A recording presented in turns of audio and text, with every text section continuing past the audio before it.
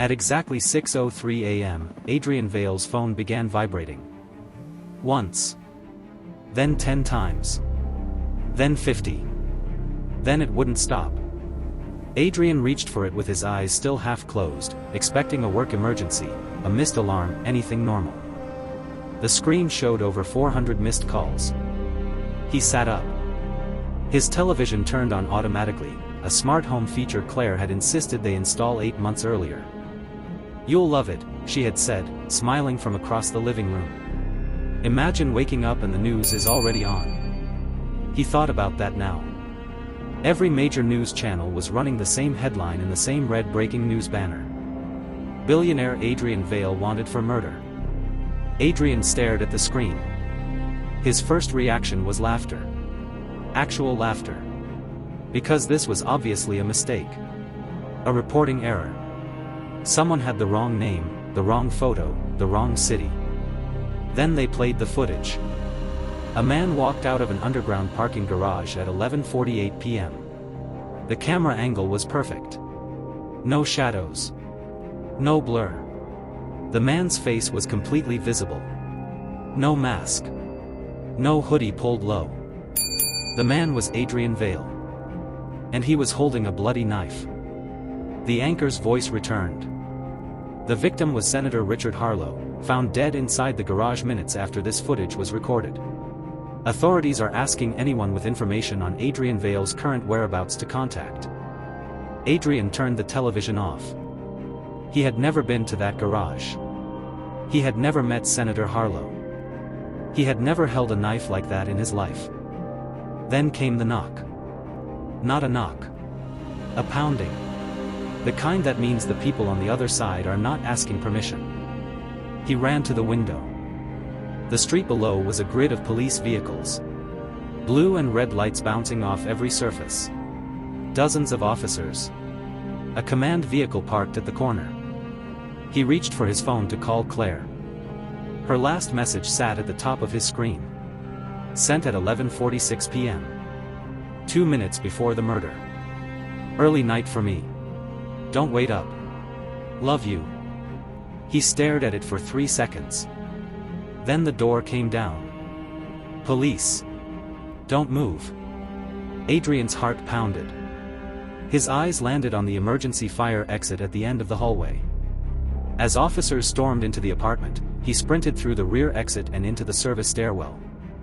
He raced down the concrete steps, burst through a basement maintenance door, and slipped out through the building's loading dock just seconds before officers reached the lower level. By the time police secured the building, Adrian had disappeared into the waking city. In the space of one night, someone had turned Adrian Vale into the most wanted man in America. And they had done it perfectly. If this opening just stopped your scroll, hit that like button. Because this story is only getting darker from here. 3 hours later, Adrian was crouched in an abandoned warehouse 12 miles outside the city. He had exactly one person willing to answer his calls. His lawyer, Rebecca. Everyone else was gone. His company board suspended him by 8 a.m. A unanimous vote. His assistant sent a single text, "I'm so sorry. I can't." His 2 closest friends, men he had known since college, didn't pick up. His fiancée Claire made a public statement at noon. She stood outside their shared apartment building in front of cameras she had clearly called herself.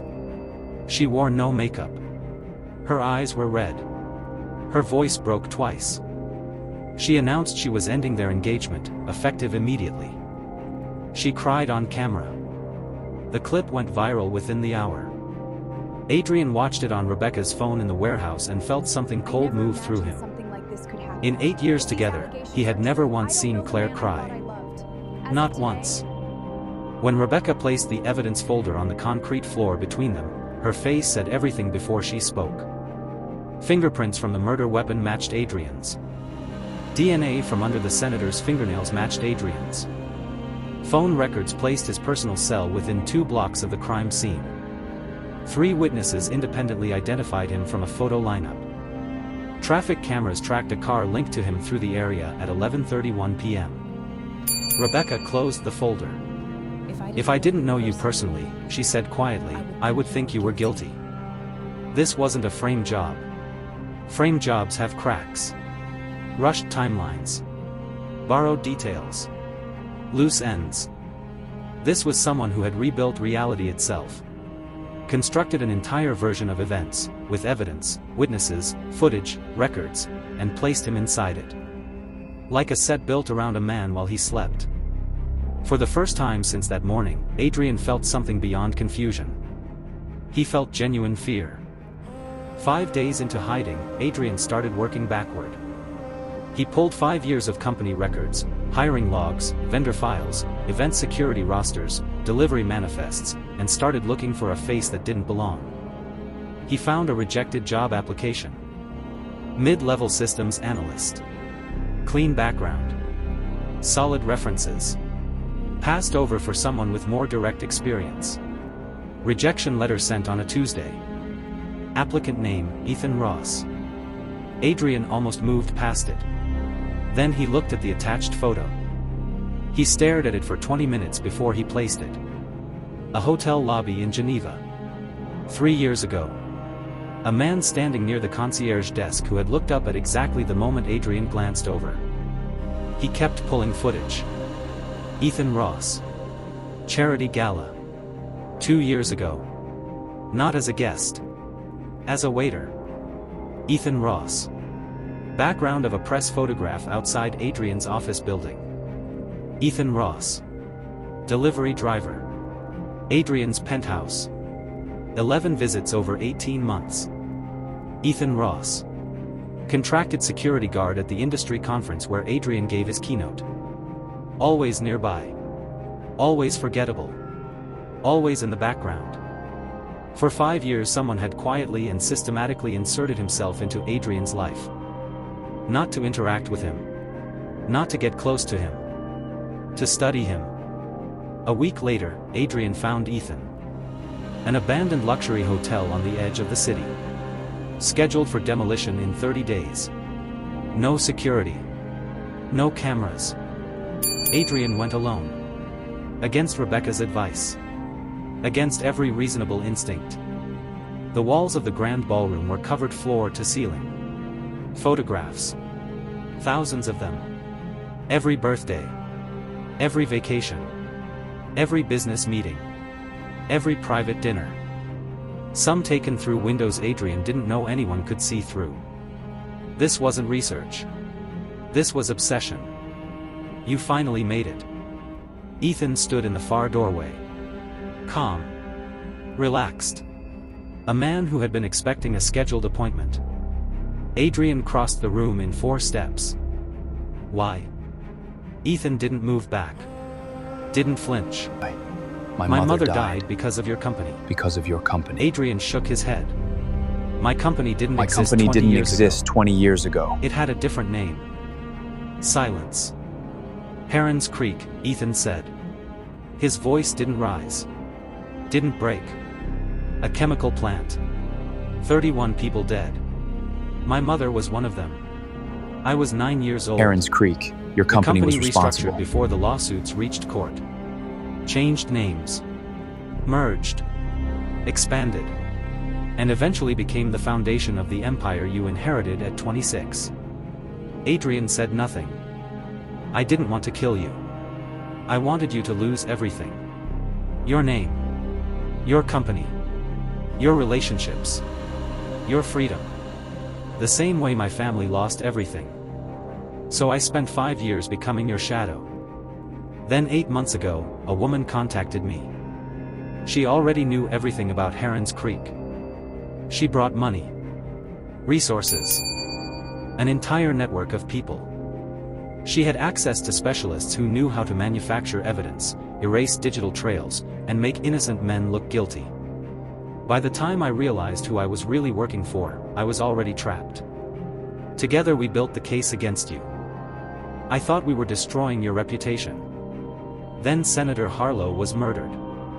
He stopped. Why the senator? Adrian asked. Senator Harlow chaired the committee that had just voted to reopen the Heron's Creek investigation. He had the files. The witnesses. The full corporate trail. If he exposed the cover-up, her revenge lost its target. She didn't kill him out of cruelty. Ethan's voice dropped. She killed the only man who could have exposed the truth before she finished destroying you. Adrian's voice went low. Who was she? Ethan reached into his jacket. Slid a photograph across the floor between them. Adrian looked down. And didn't need anyone to tell him. He already knew. The smart TV she had insisted on. The text sent at 11:46 p.m., 2 minutes before the murder, to establish her alibi and keep Adrian focused on her message, the public breakup performed in front of cameras she had personally called. The tears he had never once seen from her in 8 years, produced perfectly on demand. Every memory he had dismissed. Every strange detail he had ignored. Every coincidence he had explained away. They all became one answer. The woman in the photograph was Claire. Before Adrian could speak, before he could even breathe, every light in the hotel went out. Ethan grabbed his arm in the dark. Someone tipped them off. Through the cracked shutters, police vehicles. A dozen of them. Surrounding the building on all sides. Adrian's phone buzzed. A message from an unknown number. Rebecca has been arrested. I told you he'd run to you. Now you're both exactly where I need you. See. Claire already knew Ethan had talked. She had been 3 moves ahead the entire time. Adrian looked at Ethan. Do you have anything on her? Recordings, files, anything? Files. Anything. Ethan reached into his coat and held up a small hard drive. Every meeting. Every call. Every conversation she thought was untraceable. Then we can't get caught. They moved through the back of the hotel in total darkness, through a service corridor, down a utility stairwell, across a loading dock, and out through a drainage passage that let them out 2 blocks from the police perimeter. The most wanted man in America and the man who framed him. Running together through the dark with the only evidence that could end all of it. They disappeared before the police realized the hotel was empty. By dawn, investigators had the hard drive. It changed everything. Every meeting between Claire and Ethan. Every encrypted call she believed was untraceable.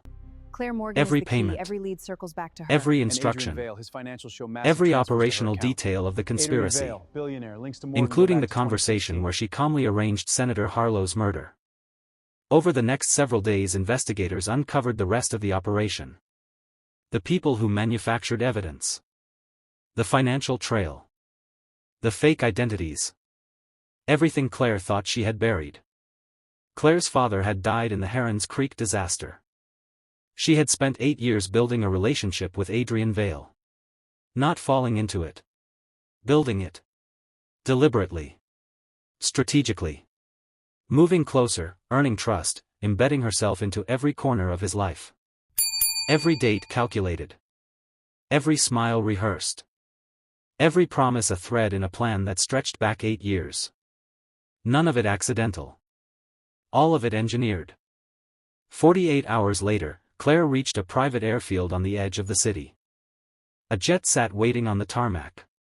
Engines already running. A passport in a name that wasn't hers tucked inside her coat. She crossed the hangar floor without hurrying. She had planned for everything. Covered every exit. Removed every trace. She climbed the steps to the aircraft. Sat down. And allowed herself, for the first time in 8 years, to smile. She believed she had won. She never looked behind her. Then the hangar doors burst open. Armed officers poured across the tarmac from every direction. Vehicles blocked the runway. Floodlights turned the hangar white. Claire sat completely still in her seat. She looked out the small oval window at the officers surrounding the aircraft. And slowly closed her eyes. They brought her to the same building where Adrian was waiting. He had asked for 5 minutes. They gave him 3. He sat down across from her in a gray room with a single overhead light. She looked exactly like herself. Composed. Present.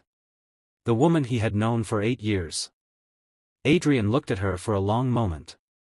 Then asked the only question that mattered. Did you ever love me? Claire Claire looked back at him. Watching you trust me. And smiled. I loved watching you trust me. He stood up. Walked out. And never looked back. 3 weeks later, the recordings played in court. Claire's defense collapsed before the trial truly began. The evidence was overwhelming. Adrian was officially cleared. His name restored. His company returned. His accounts unfrozen. Months later he stood alone outside the abandoned hotel. Workers were inside removing the photographs from the ballroom walls. He could hear them through the broken windows. The shuffle of feet.